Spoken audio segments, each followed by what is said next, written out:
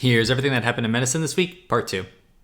So on Thursday, we saw that the FDA approved an HIV shot, which you can get twice a year, which is able to reduce the chances of getting HIV just as good as our current treatment. The only issue is it's going to be pretty expensive. The FDA also announced that they're going to be changing how some drugs are going to be screened for actual testing, in the sense of instead of having to take 10 to 12 months, they're planning on doing some specific drugs 1 to 2 months to speed up the process and allowing individuals to submit the results to testing earlier than what they currently have. The goal is to make drugs easier to process.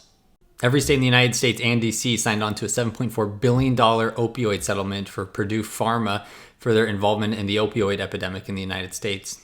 A major report showing that individuals as they age are more likely to fall, but the important part was that they've been increasing their fall rates and the amount of deaths from it compared to earlier years, meaning for some reason they're more likely to die and unfortunately more likely to happen.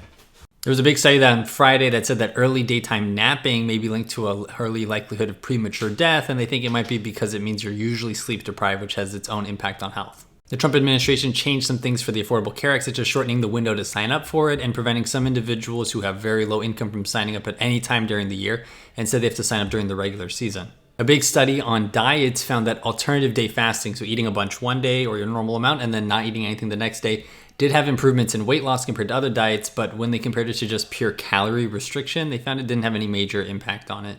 That's all the medical news for this week. If you want to see part 1 that covered Monday through Wednesday, you can find that earlier, and you also can see all the specific links and the information for it on my Substack. If you want to help support the page, there's some links for that on there as well.